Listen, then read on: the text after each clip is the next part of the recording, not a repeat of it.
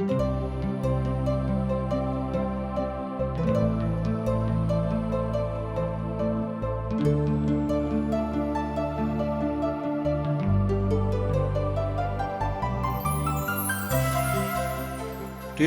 के द्वारा प्रस्तुत अशक इजोत में अहाँ के स्वागत कर रहल छी। यह कार्यक्रम मसीही परिवार के प्रार्थना के जयवंत आ फलवंत होबा के लेल बाइबल के सिलसिलेवार अध्ययन के लेल प्रोत्साहित करै छी। मुदा सब परिवार बाइबलक शिक्षा आ ज्ञानो में सुदृढ़ भ जाओ आ अहाँ सब जयवंत जीवन जिंदगी बिताबियौ। कृपया क देखू आ सुनू जायसँ परिवार के अहाँ के जीवन के ज्योति मिले, जायसँ आनंदित रहो। आशा के इजोत मैथिली कार्यक्रम में हम एक बेर और अहाँ के अभिनंदन प्रभु यीशु मसीह के मीठ आ पवित्र नाम से कह रहल छी। हमार भाई बहन, हमरा सब पुनः परमेश्वरक वचनक अध्ययन करबाक लेल उपस्थित छी। आजुक दिन हमरा सब गलातियों पोथी तकर 5 अध्याय के अध्ययन करब, तकर 16 पद से लऽ कऽ आगाँ। एहि संदर्भ में साधु पौल एहिठाम कहैत छथि कि देही में अर्थात दैहिक इच्छा के अनुसार जिंदगी के बातों के आ तकर प्रतीकात्मक स्वरूपक ओ बखान एहिठाम कह रहल छथि। एहि अध्यायक वचन एहि प्रभागक दिस पूर्ण रूपेण देह और आत्मा के लड़ाई के विषय में बखान करैत अछि। एक बेर आर सुन लियो कि एहिठाम साधु पौल दैहिक लड़ाई और आत्मा के लड़ाई के विषय में प्रतीकात्मक स्वरूपक राखैत छथि।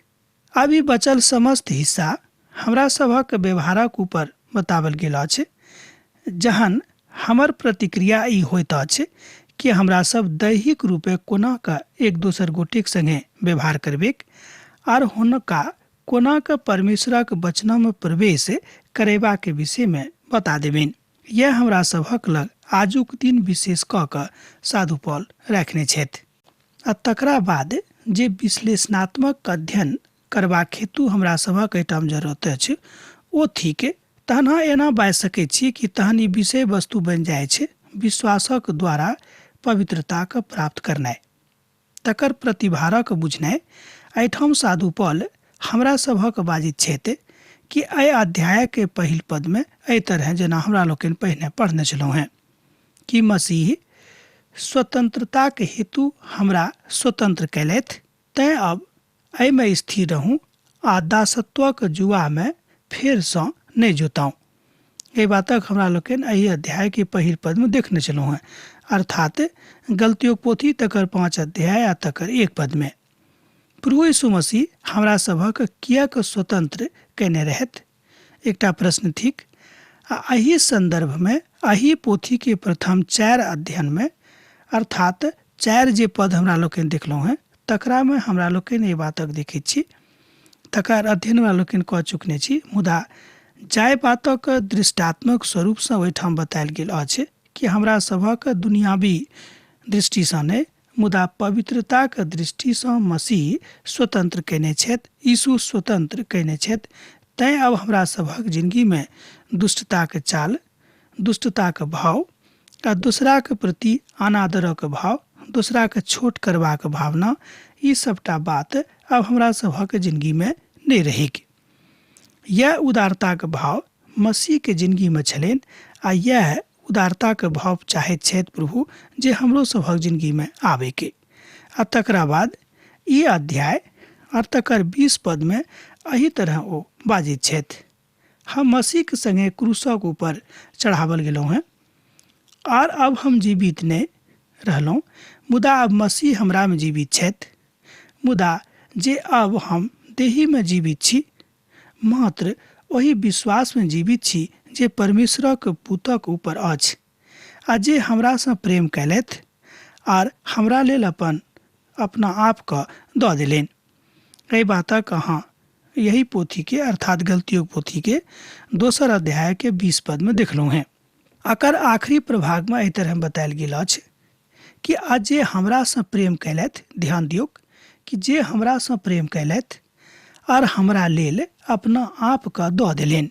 3 अध्याय के पद 13 कहैत अछि जे मसीह हमरा सभक व्यवस्था के बंधन से छोड़लथि, अर्थात साधु पौल बाजि रहल छथि मुदा जहन काल पूर्ण भेलैक तहन ओ अपन एकलौता पुतक पठा देलनि। ध्यान दियौ, ओ कहैत छथि कि जहन काल पूर्ण भेलैक तहन ओ अपन एकलौता पुतके पठा देलनि। ओ एकलौता पुत के छलाह से तऽ अहाँ जानैत छी, ओ छथि हमर प्रभु यीशु मसीह। जाहिसँ व्यवस्थाके अधीन मोल लऽ कऽ ओ छोड़ा लेलखिन और हमरा लेपालक पुत होयबाके पद भेटलिक। एहि बातक हमरा लोकनि देखने छलहुँ हैं एही पोथी के 4 अध्याय के 5 पद में। जाहिसँ व्यवस्थाके अधीन मोल लऽ कऽ ओ छोड़ा लेलखिन और हमरा लेपालक पुत होयबाके पद भेटल। अब साधु पौल दैहिक और मानवीय आ आत्मिक जिंदगी के विषय में एहिठाम कथा कऽ रहल छथि। विश्लेषणात्मक अध्ययन यह अछि कि हमरा सभक दैहिक और आत्मिक दोनों रूपे मनुष्य जाति के देखबाक अछि। किएक तऽ जहन हमरा सब देही में दऽ कऽ कथा करैत छी तहन हमरा सब देही के भऽ जाइत छी, अर्थात शैतानक भऽ जाइत छी। मुदा जहन हमरा सब आत्मिक भऽ कऽ कथा करैत छी तहन हमरा सब परमेश्वर के भऽ जाइत छी।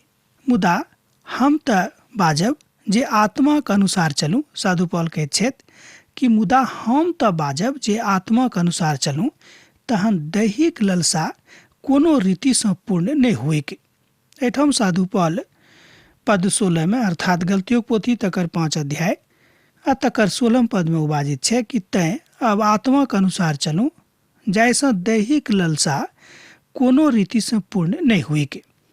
पद 16 महान मसीही जिंदगी के गाथा के गाबैत अछि, अर्थात महान मसीही जिंदगी के सिद्धांतक प्रतिपादित करैत अछि। एहिठाम अहाँ आत्माके अनुसार चलबाके विषय में सीख रहलहुँ हैं। हमरा सब सीखैत छी कि अब हमरा सभक आत्माके अनुसार चलबाक अछि, देही के अनुसार, मनो के अनुसार नहि चलबाक अछि। जकर अर्थ होइत अछि कि मसीह यीशु के संगति में चलनाइ। तकरा लेल ग्रीक शब्द अछि प्रेटियोटेब, जकर अर्थ होइत अछि बस चलैत जाऊँ मसीह के संगे हरेक परिस्थिति में। ई ग्रीक शब्दक उपयोग एकटा दर्शनक विद्यालय सेहो करैत छल आ जकर अर्थ होइत रहै कि बस संगे चलैत रहूँ। हमरा सभक लेल ई बतावल गेल अछि कि बस मसीह के संगे चलैत चलूँ। आगाँ जे किछु हेतै वा हुअवला हेतैक ओहि सबटा बातक प्रभु देखताह, किएक तऽ जिंदगी के रास अब हुनका हाथ में हमरा सब दऽ देने छियनि। बस आत्मा के साथ चलैत चलूँ आ जे चाल प्रभु चलाबैत छथि तही रीति से चलूँ। कोनो दैहिक ललसा के लऽ कऽ अपन जिंदगी के आगाँ नहि लऽ चलूँ। हमरा सब दैहिक अनुसार नहि चलबाक अछि, मुदा आजुक युग में हमरा सब एही रीतिसँ विशेष कऽ कऽ चलैत छी। जाहि शब्दक लेल एकटा शब्द एहिठाम बतावल गेल अछि आकर्षण, अर्थात मनुष्य अपन देहिक श्रृंगार एहि द्वारा करैत छथि जाहिसँ लोग हुनका दिस आकर्षित हुअनि। एहिके लेल लोग तरह तरह के वस्त्र पहिरैत छथि स्वयं का आकर्षित करबाक लेल, अर्थात केओ हुनका देख कऽ आकर्षित हुअनि, एहि दुआरे ओ देही के श्रृंगार करैत छथि। एहि रीतिसँ हमरा लोकनि देखैत छी कि हुनका जिंदगी में कोनो तरहक आत्मिक भाव नहि झलकैत छनि, अर्थात आकर्षण शब्द देही के प्रति आ देही के इच्छा के प्रति देहिक भावक पूर्ति करबाक हेतु एहिठाम प्रयोग कयल गेल अछि। तहन आकर्षण जँ करबाक लेल, आकर्षण जँ बनेबाक लेल अहाँ कोनो एहि तरहक व्यवहार कऽ रहलहुँ हैं, तेकर मतलब यह भेलै कि मसीह के संगे अब अहाँ नहि छी, अर्थात दैहिक रीतिसँ अहाँ अपन जिंदगी के जी रहलहुँ हैं, चला रहलहुँ हैं। किएक तऽ मनुखक दैहिक दशा अधिकांशतः इच्छा और अनैतिक बातक ऊपर आधारित होइत अछि। तहन अहाँ पूछि सकलहुँ हैं कि लोग संगीत गाबैत छथि मीठ मीठ, तहन कि ई काज आकर्षित करबाक लेल लोग नहि करैत छथि? बा एहि तरहक आर अहाँ दोसर उदाहरण लऽ सकलहुँ हैं। एहन बहुत उदाहरण एहि संसार में अछि। तहन एहिठाम अहाँ बाजि सकैत छी कि ओ सब हमरा आकर्षण करबाक लेल, हमरा आकर्षित करबाक लेल अपना दिस नहि खींचैत छथि तरह तरह के संगीत कार्यक्रमक कऽ कऽ। एहिठाम सत्यापित भौतिक दैहिक ऊपर संगीत दैहिक दशासँ जुड़ल नहि अछि, किएक तऽ दैहिक दशा मनुष्य जाति के दैहिक प्रवृत्ति के ऊपर निर्भर करैत अछि। अच्छा, हमरा लोकनि एकटा बात और सीख सकैत छी कि संगीत मनुष्य जाति के अपना दिस जरूर आकर्षित करैत अछि, मुदा संगीतो में बहुत तरह के भाव अछि। कतौ कतौ हमरा लोकनि देखै छी एहन संगीत अछि जकरा सुनलासँ आ जकरा सुनैलासँ लोकक मन पवित्र नहि भऽ कऽ अपवित्र भऽ जाइत छनि आर अनेरेक विचार हुनका सभक जिंदगीमे आबैत छनि। तहन हम बाजि सकलहुँ हँ तऽ की दूरदर्शनक देखनाइ उचित नहि अछि, कि नीक संगीत सुननाइ उचित नहि अछि? तरह तरहक प्रश्न उठि कऽ ठाढ़ भऽ जायत। हम अहाँसँ कहब कि अहाँ देख सकैत छी, अहाँ सुनि सकैत छी, मुदा तकर आत्मिक भाव अहाँ अपना जिंदगी मानू, अर्थात संगीतक कोनो एहन परिलक्षित भावसँ नहि देखियौ कि जतऽ आत्मिक विधा पराकाष्ठामे आबैत अछि। किएक तऽ देही आत्मा के प्रतिपक्ष में और आत्मा देही के प्रतिपक्ष में इच्छा करैत अछि। ई एक दोसर गोटेक विरोधी छथि। तैं अहाँ जे करऽ चाहैत छी ओही बातक अहाँ नहि कऽ पायब। एहि बातक एहिठाम 17 पद में बतायल गेल अछि। पोथी तऽ अहाँ जानते छी, गलतियों पोथी भेल, अध्याय भेल 5। एहि पदक रूपांतरण भऽ सकैत छै जे आत्मा ओही दशा में ओही परस्पर अवस्था में रहैत अछि जतऽ आत्मा के देही के साथ और देही के आत्मा के साथ युद्ध होइत रहैत अछि। ई स्पष्ट रूपांतरण भेल, अर्थात देही आत्मा के प्रतिपक्ष में और आत्मा देही के प्रतिपक्ष में काज करैत रहैत अछि। कारण कि देही मनक अनुसार चलैत अछि। तैं हमरा लोकनि जानैत छी कि जे केओ मनक अनुसार चलैत छथि ओ शैतानक दोस्त भऽ जाइत छथि, आ जे केओ आत्माक अनुसार चलैत छथि ओ परमेश्वरक नजदीकी में आबैत छथि, अर्थात प्रभुक अनुसार अपन काज करैत छथि। यह बात, यह प्रतिपक्षक दशा मनुष्य जाति के जिंदगी में सैद घड़ी बनल रहैत छनि। एक विश्वासी के स्वभाव नव भऽ जाइ छै आ देह जे अहाँके भेटल अछि, जाहि देही में रहि कऽ अहाँ प्रभुक सेवा करैत छी, तहन एहि देही के पवित्र करबाक जरूरत हमरा लोकनि बुझलहुँ हैं।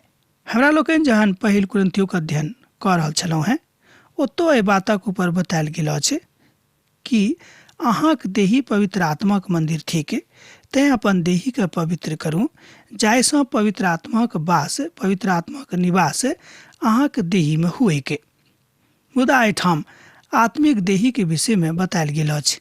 जाहि देहीसँ अहाँ जन्म लेने छी, जाहि देही के अहाँ थिकहुँ हैं, तकरा विषय में अहाँके खूब नीकसँ सोचबाक अछि। तहन एहि तरह एहिठाम हमरा लोकनि देखैत छी पहिल यूहन्नाक पत्री में सेहो एहि बातक विषय में बतायल गेल अछि। एहि तरहक भाव ओतौ व्यक्त कयल गेल अछि।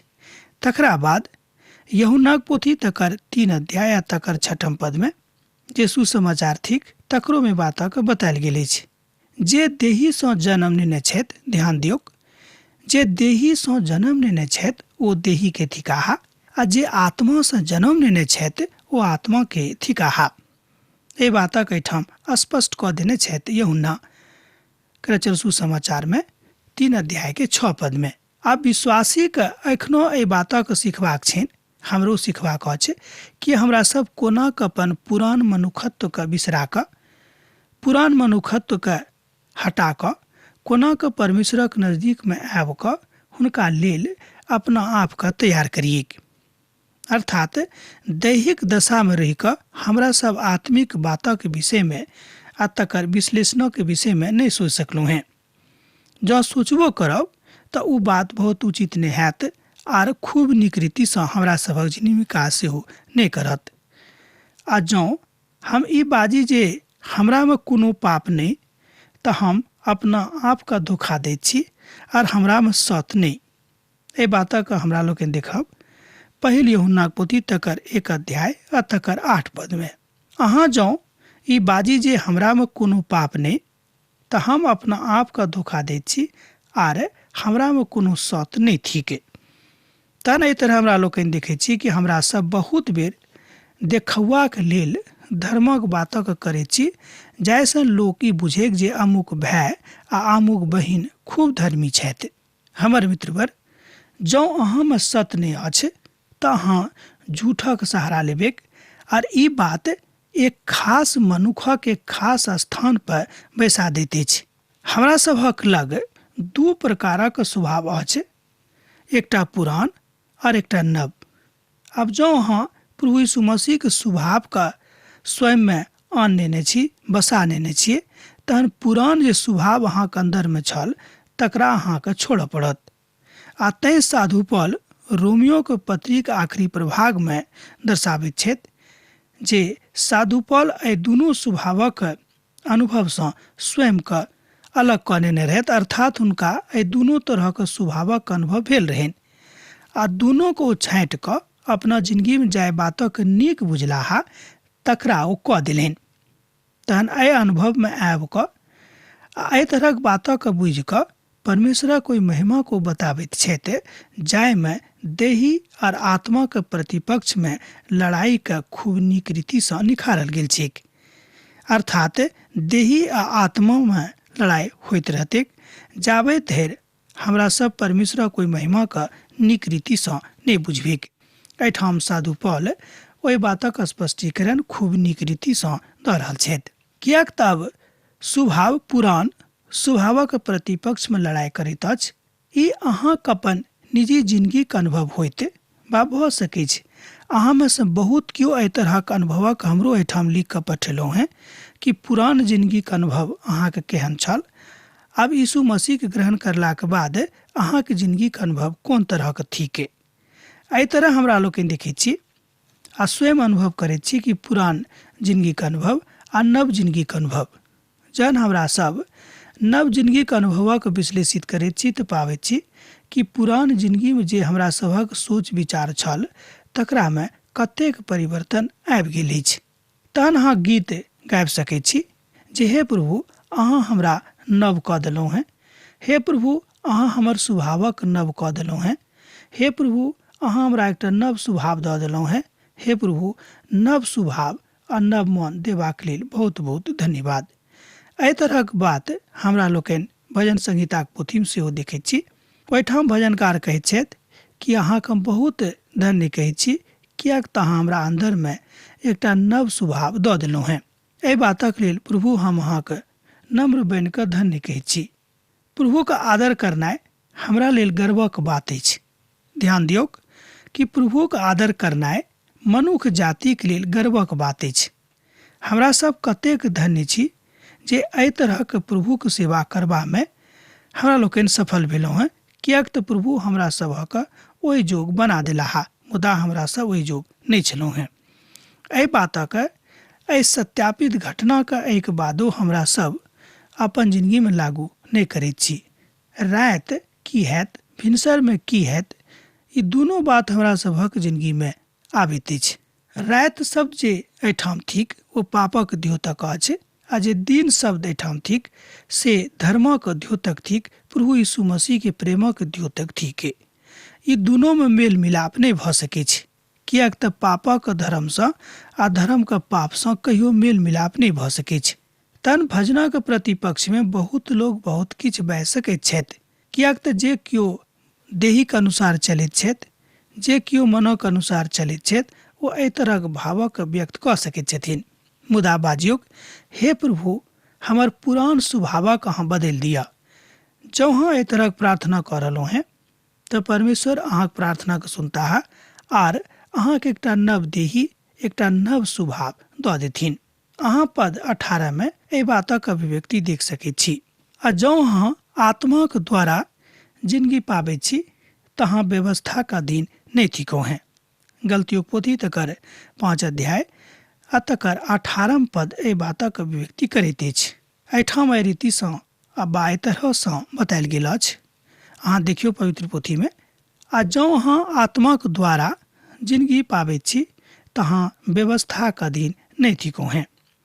परमेश्वरक पवित्र आत्मा हमरा सभक लग प्रभुक बड़ ऊंच योजना के आनैत अछि। आ आब पौलुस देहिक काजक विषय में बताबैत छथि कि जँ अहाँ देहिक काजक दिस विशेष ध्यान देबेक तऽ अहाँक जिंदगी, अहाँक मन, अहाँक पवित्रता सब किछु नष्ट भऽ जायत।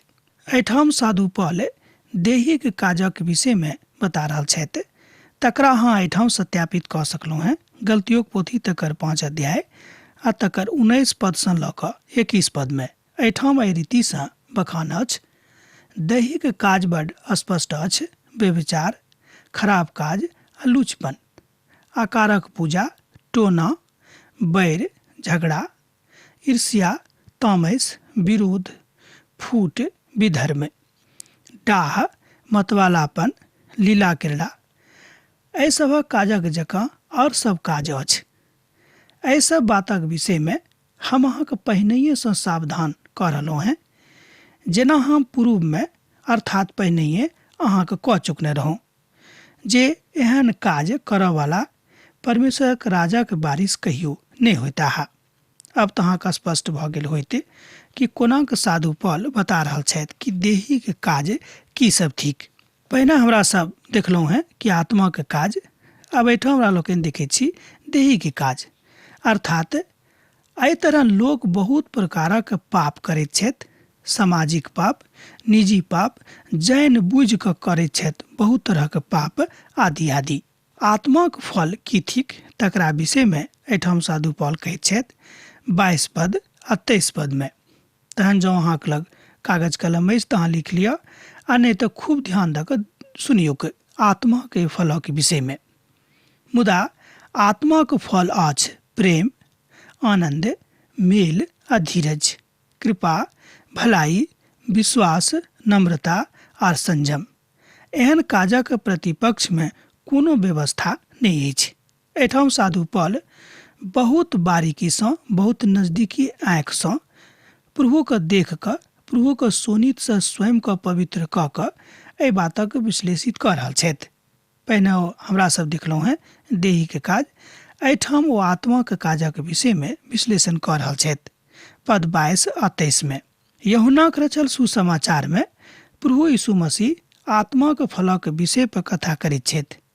अध्याय देखियौ 15 में अहाँ एहि बातक ओतऽ देख सकलहुँ हैं कि आत्मा के काज की थिक, आर जहन आत्मा काज करनाइ आरंभ कऽ दैत अछि तहन आत्मा के प्रतिपक्ष में कोनाक देही उछलैत अछि।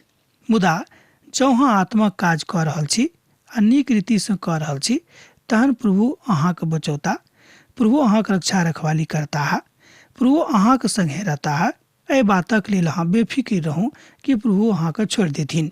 तकरा विषय में एहिठाम बतायल गेल अछि। ओ हमरा सभक जिंदगी में चाहैत छथि, ओ अपन बीज बाउ करबाक सिद्धांतक विषय में एहि बातक एहिठाम बजाबैत छथि वा बताबैत छथि। मत्तीक रचल सुसमाचार तकर 13 अध्याय में जँ अहाँ देखबै तऽ अहाँ ओतौ एहि बातक सत्यापन कऽ सकैत छी कि आत्मा के काज केहन होइत अछि। ओ चाहैत छथि जे हमरा सब बेसी फल आनयवाला बनी, जाहिसँ आत्मा काज बढ़े, अर्थात जे केओ बेसी फल आनयवाला छथि ओ आत्मा के काज कऽ रहल छथि। एहि तरह हमरा लोकनि देखैत छी कि प्रभु यीशु मसीह ओहि बातक बताबैत छथि। अब हमरा विदा दिअ, अहाँसँ विदा होयके काल हमर भऽ गेल अछि। पाती लिखैत रहब, हमरा बिसरायब नहि। यीशुक नेह अहाँके जिंदगी में बनल रहेक। आमीन। हमर विश्वास अछि कि ई कार्यक्रम अहाँके लेल लाभदायक सिद्ध अछि। हम चाहै छी कि अहाँ अपन आशीषके हमरा संग साझा करू।